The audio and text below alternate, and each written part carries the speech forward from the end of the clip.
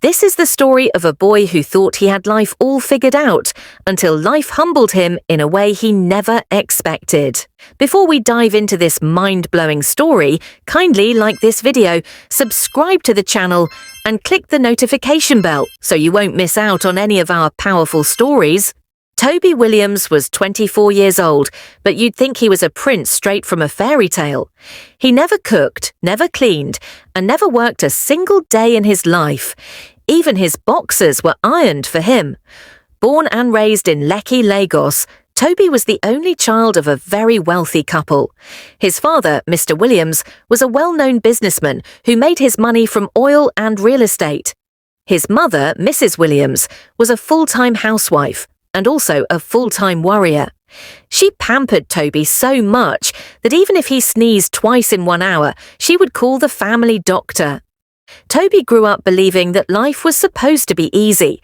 After all, everything he ever wanted, from iPhones to PlayStations, magically appeared once he said, "Mum, I want..." If Toby was hungry, food was on the table before he could blink. If he was bored, a new toy was on the way. Life was sweet. Too sweet. But things started changing when Toby turned 19. His father got sick and within a few months passed away. It was sudden, it was painful, and it was the first time Toby cried like a baby since he was a baby. Before he died, Mr. Williams had said to Toby, "Son, listen to me. There's no shortcut to greatness. Don't chase money, chase value, and money will find you." But Toby didn't take that advice seriously. In his mind, his father was old school. Toby believed there were faster ways to make it in life, like trading crypto, selling NFTs, and blowing on Instagram. Unfortunately, after the funeral, the real shock began. Mr. Williams' business had debts, serious debts, and lawyers came knocking.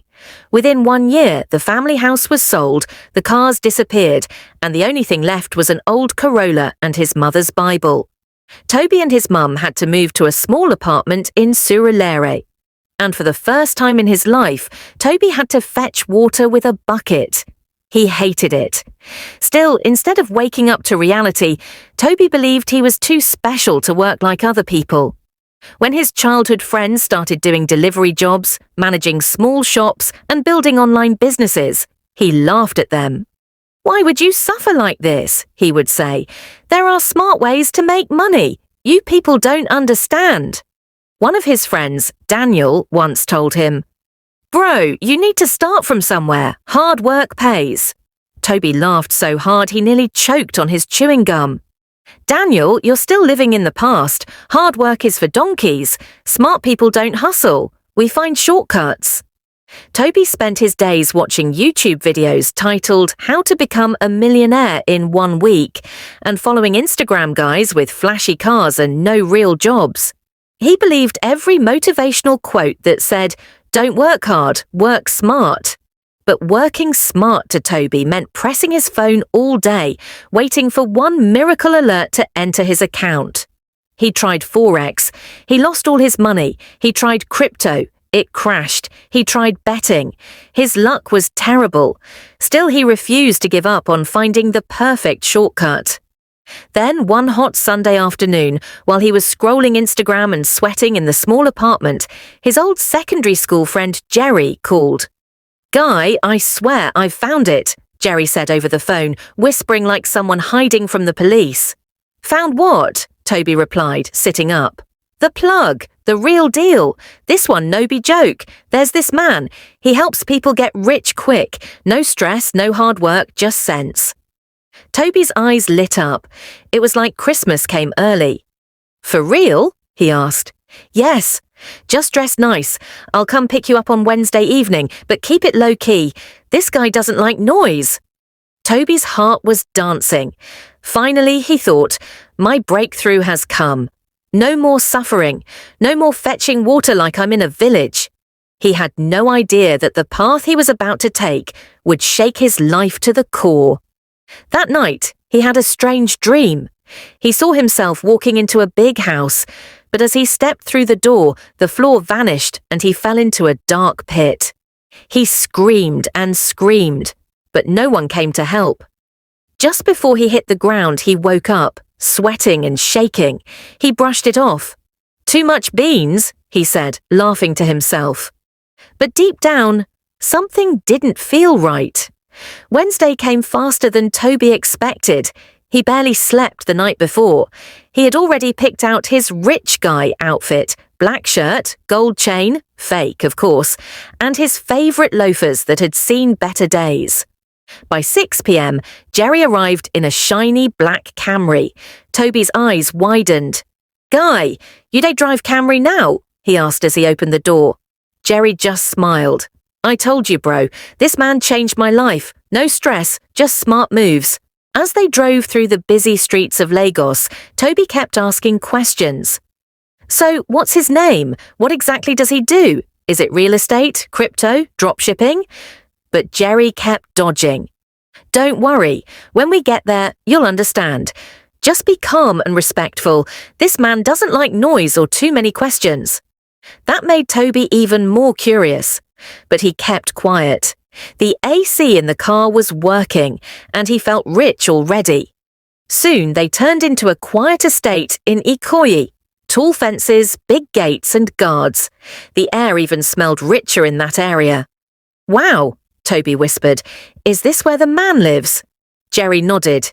"He's not your regular guy. He doesn't do Instagram noise.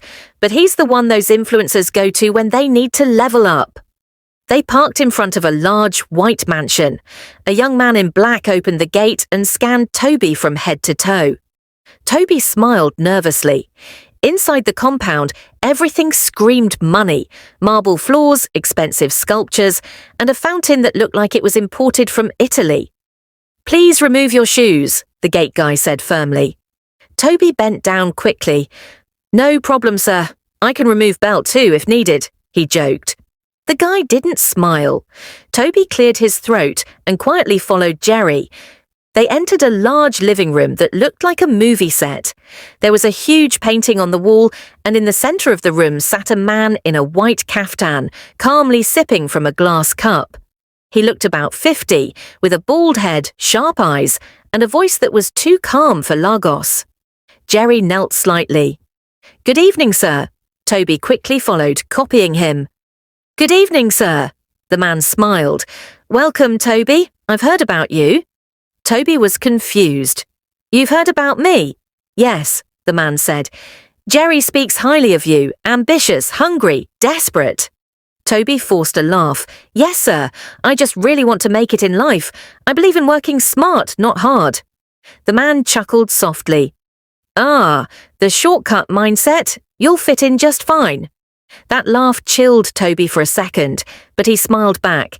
"Yes, sir, I believe with the right connections you don't need to stress yourself." The man nodded. "Indeed. Now, before we go further, let me show you something." He clapped his hands twice. A boy, not older than 18, walked in carrying a box. He opened it. Inside was pure cash. Bundles and bundles of crisp naira notes. Toby's jaw dropped. 5 million naira, the man said. "You could have this in less than a week, no sweat." Toby's mouth was dry. How is it possible?" "Smart work," the man said again. "That's all, but first we must test your loyalty." Toby nodded like a lizard. "Anything, sir." The man leaned forward. "You'll come back here on Friday night, and you must not tell anyone, not even your mother. Can you do that?" Toby hesitated. "But why alone?" The man smiled. "Because the beginning of greatness is always walked alone." Toby forced another smile. "Yes, sir, I understand." But deep inside, he didn't. Something didn't feel right.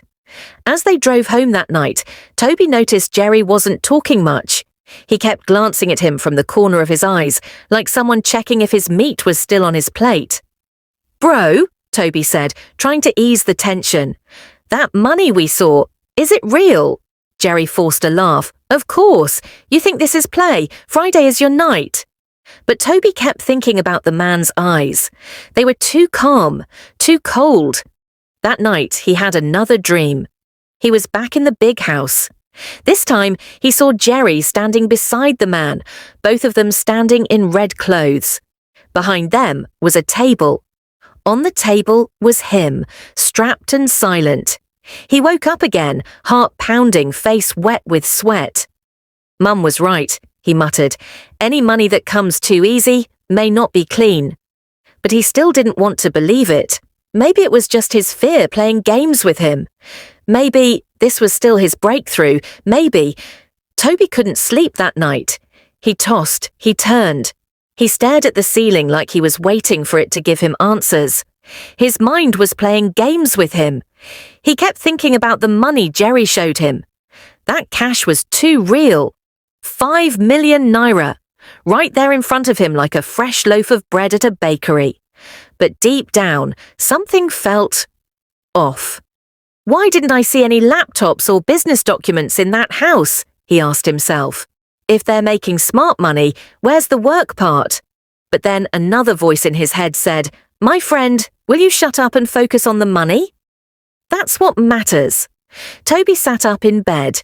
He looked around his room, small, hot, and full of dreams he hadn't lived yet. He picked up his phone and opened Instagram. There he saw a guy he used to know driving a Benz and holding bundles of cash like a meat pie. The caption read, "If you don't take risks, you'll work forever." The next morning he went to visit his old friend Emeka. Emeka lived in a small compound in Yaba and was known for being the hard-working guy. He was learning how to code and working part-time at a bakery. Toby found Emeka outside washing his sneakers. "Guy, I just say make I check up on you," Toby said, sitting on a plastic chair. Emeka smiled. "Wow, Toby the big boy, checking on a poor hustler like me. I'm honored." They both laughed, but Toby got serious. "Emeka, you believe in working smart, right?" "Of course," Emeka said, "but not the kind of smart that lands you in prison or inside one big pot in the forest." Toby swallowed. He told Emeka about the house in Ikoyi, about the cash, about the man Jerry was always talking about. Everything except the part where Jerry said Friday night was his big night. When he finished, Emeka leaned back and looked at him. "Toby, this one sounds like film. Are you sure you're not being set up?" Toby scratched his head.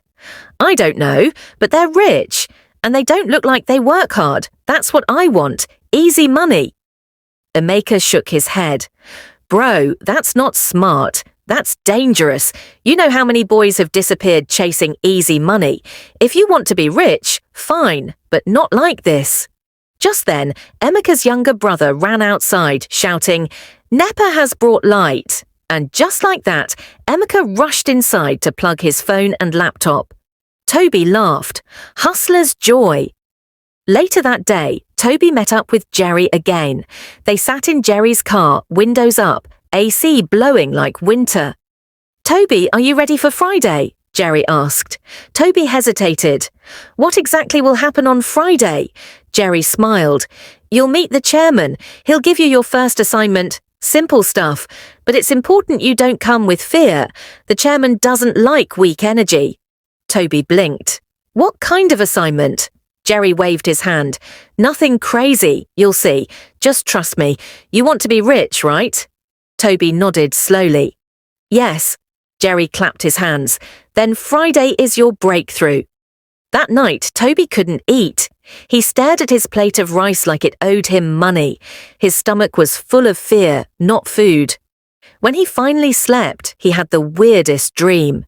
He was in a forest, standing in front of a giant black pot. A voice kept shouting, "Bring your own! Bring your own!" He woke up sweating. "This is not normal," he whispered.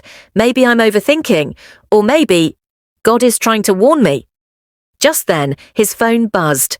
"Jerry, don't forget, 9 p.m. sharp, dress well. The chairman doesn't like lateness." Toby didn't reply. He sat there, phone in hand, and began to wonder, is this the shortcut I've been praying for, or a trap in disguise? Friday came faster than Toby expected. He spent the whole day pacing up and down his room like a chicken looking for where to lay eggs. One moment he was excited, the next moment he was sweating like he had been chased by a ghost. By 7 p.m., he had ironed his shirt 3 times, not because it was wrinkled, but because he just didn't know what else to do.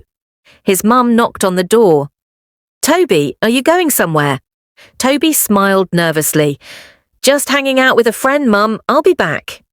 His mother gave him the look, that don't go and enter trouble kind of look. Toby stepped out by 8:15 p.m. and met Jerry at their usual spot. Jerry was wearing dark sunglasses, at night, and chewing gum like a movie villain. "You look like someone who is going to collect a loan and disappear," Toby said, trying to lighten the mood. Jerry laughed. "Guy, relax. After tonight, your life will never be the same again." They drove in silence for a while. Toby noticed Jerry wasn't playing his usual loud music. The car felt too quiet, like something big was about to happen.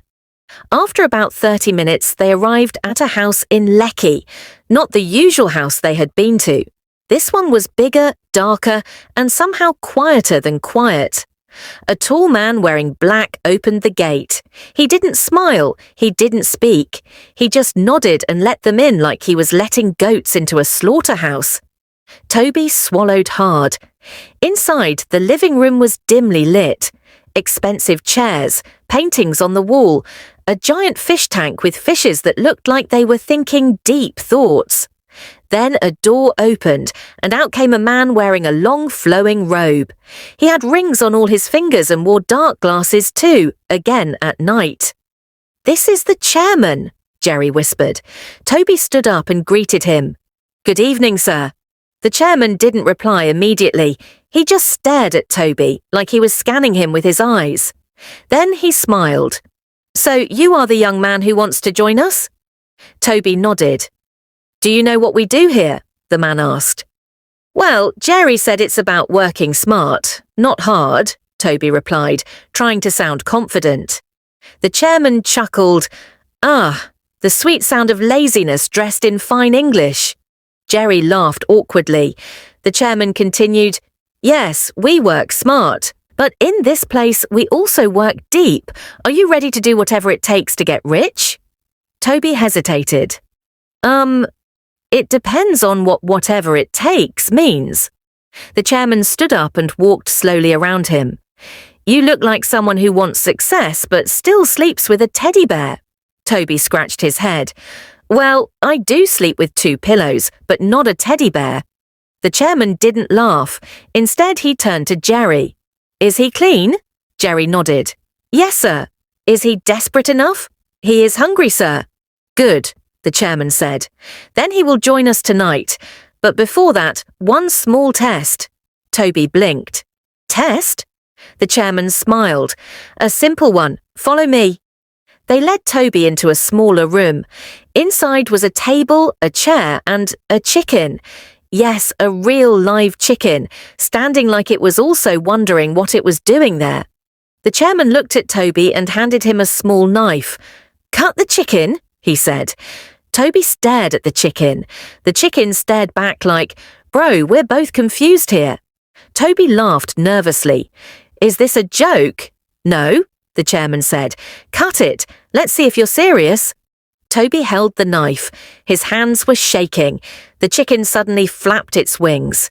Toby screamed and jumped back. Jerry tried not to laugh. The chairman raised one eyebrow. Maybe you are not as hungry as you thought." Toby tried again. He walked toward the chicken, raised the knife, and closed his eyes. Suddenly a loud bang came from outside. Everyone froze. Then someone rushed in. "Chairman! Police!" The room exploded into panic. People scattered like rice thrown at a wedding. Jerry grabbed Toby's hand and shouted, "Run!"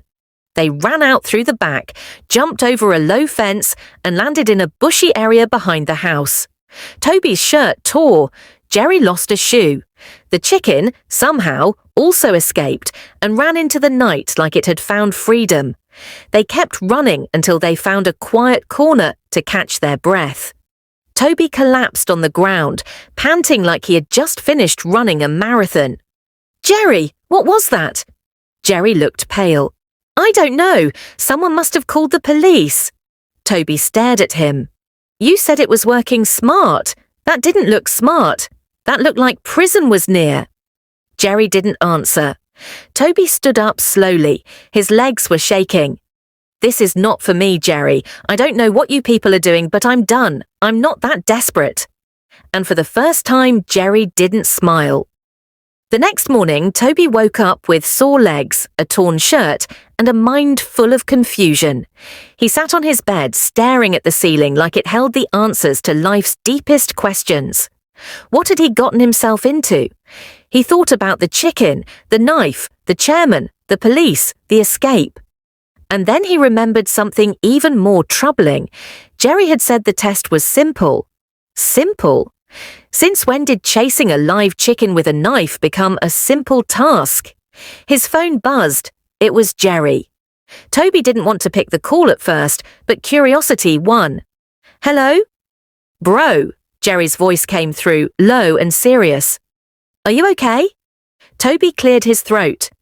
Does it look like I'm okay? My shirt is gone, my slippers are gone, and I think that chicken cursed me before it ran. Jerry chuckled a little, but then his voice dropped again. I need to see you. Come to my place, now. Toby hesitated. Why? I want to tell you something important, something I should have told you earlier. Toby was quiet for a moment, then sighed. I'm coming. He got dressed, carefully avoiding anything that looked too flashy. For some reason, he didn't want to attract attention or another ritual invite. At Jerry's apartment, the mood was very different. The usually loud, playful Jerry looked like someone who had just failed an exam and lost his jollof rice in the same day. Sit down, Jerry said quietly. Toby sat. Jerry took a deep breath. I owe you the truth, bro. Toby raised his eyebrow. Okay. Jerry rubbed his hands together nervously. That place I took you to, I didn't just want you to join. What do you mean? I needed you. Toby narrowed his eyes. Needed me for what? Jerry looked up, his eyes red. They told me to bring someone, one person, someone close to me, for the final step. Toby froze. Jerry continued. They said after that my money would come. Cars, houses, everything. And they said I wouldn't have to do it with my own hands, that they would take care of it. If you had killed the chicken that night, you wouldn't have woken up alive the next day. Toby's heart began to pound. So, wait, are you saying you took me there to be used for rituals? Jerry looked away, ashamed. I didn't know it would go that far. I just thought maybe they'd scare you or you'd say no. I thought it was fake, until last night. Toby stood up slowly. You almost sacrificed me. And now you're saying you thought it was fake. Jerry stood too. Toby, I swear I didn't mean... Toby raised his hand. Don't swear, just don't. There was silence in the room for a while. Then Toby said something that surprised both of them. I forgive you. Jerry blinked. You... what? I forgive you, Toby repeated, calmer now. But I'm done chasing shortcuts. I'd rather sell recharge cards in traffic than go near that again. Jerry looked down, embarrassed. I understand. I messed up. I just wanted the easy life. Toby shook his head. You and I were both looking for a microwave result in a world that rewards oven-baked effort. That line was so deep that even Jerry paused to think. As Toby turned to leave, he stopped by the door. Just think about your life, Jerry. You still have a choice. We can't keep blaming the system and still dance with the devil to escape it. And with that, he left. Outside, the sun was shining, the street was noisy, and life continued, as if someone's best friend hadn't just confessed to almost using them as spiritual pepper soup. Toby took a deep breath. It was time to rebuild his life the right way. Toby was finally home. No loud music, no rich friends, no dreams of getting rich overnight. Just him, his mattress, and a half-eaten loaf of bread that had been staring at him since yesterday. He lay on his bed, looking at the ceiling again. This is rock bottom, he whispered. And it was. His bank account was crying, his sneakers had holes, and his most used app was now the calculator, just to check if 1,000 naira could last him 3 days. Still, Toby was determined. He had seen the fire, smelled death, been chased by a chicken. He wasn't going back to shortcuts. The next morning, he did something shocking. He left his house with a tray of groundnuts. Yes, Toby, I must blow. Johnson was now selling groundnuts on the streets of Ikeja. And honestly, he was proud of it. At least that's what he told himself as he tried not to die of shame. Groundnut! Fresh groundnut! Just 200 naira! He shouted, walking between cars in traffic. Some people bought, some ignored him, and some gave him that painful look that says, "See your life now." But he kept going. He remembered one of his old quotes, "Real men use their brains, not their hands." Now, his brain was doing calculations while his hands were collecting coins and dodging okadas. During a short break, he sat under a tree and opened a bottle of pure water. Just then, someone tapped him. "Toby," he looked up. It was Andrew, one of the friends he used to laugh at for working hard. Andrew was wearing a delivery company uniform and holding a pack of food. For a moment, both guys just stared at each other. Toby laughed first. "Wow, look at us. You're doing delivery. I'm selling groundnut. Who would have thought?" Andrew smiled. "Yeah, life is humbling us well." Toby nodded. "But I feel free, no pressure, no lies, just real hustle." Andrew sat beside him. "Same here. I used to think slow money was foolish, but at least it's clean money." They talked for almost an hour about life, about mistakes, about how nobody tells young people the truth, that the road to success is usually long, boring, and full of sweat. Before Andrew left, he said something that stuck in Toby's mind.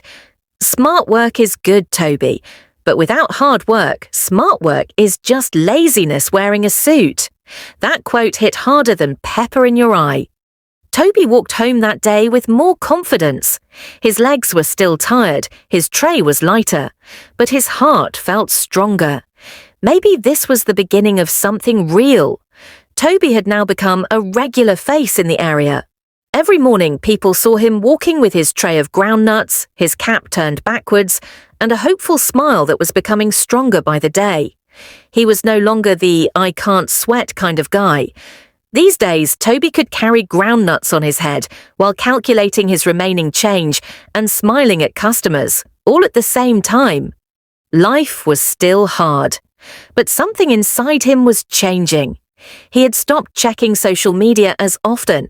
It was no longer fun watching people flaunt cars and fake Dubai trips while he was dodging danfos in traffic.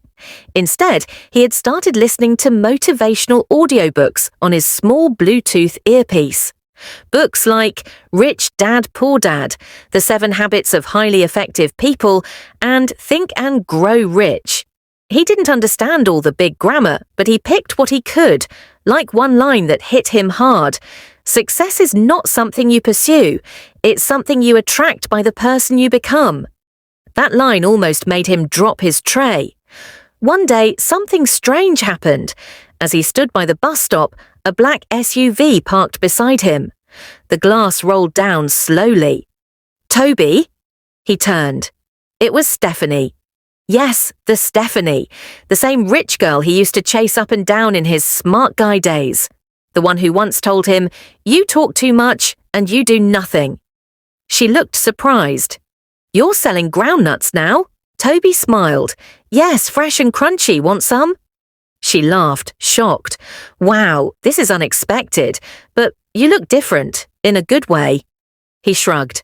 "Life taught me some sense, very fast, with hot slaps." She chuckled. "Well, good for you. At least you're not pretending. Most guys I know are still forming boss while begging for data." They talked for a few more minutes. Then Stephanie said something that surprised him. "I like this version of you, Toby. You're real now. I'm starting a small snack business. If you're serious, I might need someone I can trust." Toby's eyes widened. Serious. I'm not just serious, I'm desperately serious. She smiled. We'll talk. Call me later. As she drove off, Toby stood there, tray in hand, smiling like someone who just won a scholarship to Canada. It wasn't about Stephanie, it was about hope. For the first time in a long time, the road ahead didn't feel like a trap. It felt like a journey. Toby was buzzing with excitement. A few days had passed since Stephanie said she'd involve him in her new business, and true to her word, she called him back. The plan?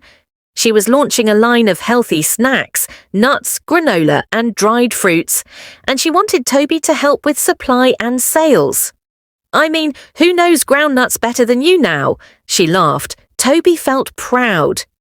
Yes, I'm now a certified peanutologist. They agreed on a small trial. He would supply her first batch of neatly packaged groundnuts by the weekend. Toby rushed to the market like a man on a mission.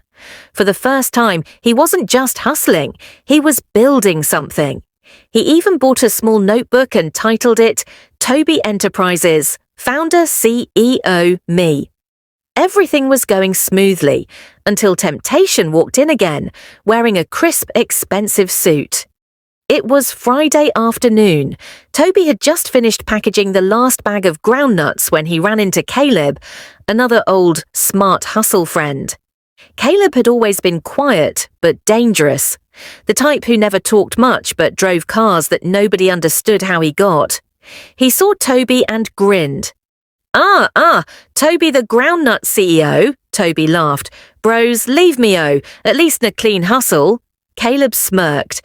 I'm not here to mock, in fact I have something you'll like. Toby paused. What is it? Caleb leaned in.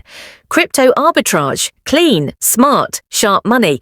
You put 100,000 today, get 200,000 next week. No stress. Toby's ears twitched. Old Toby would have said, where do I sign? New Toby just smiled. I know get 100K. Caleb laughed.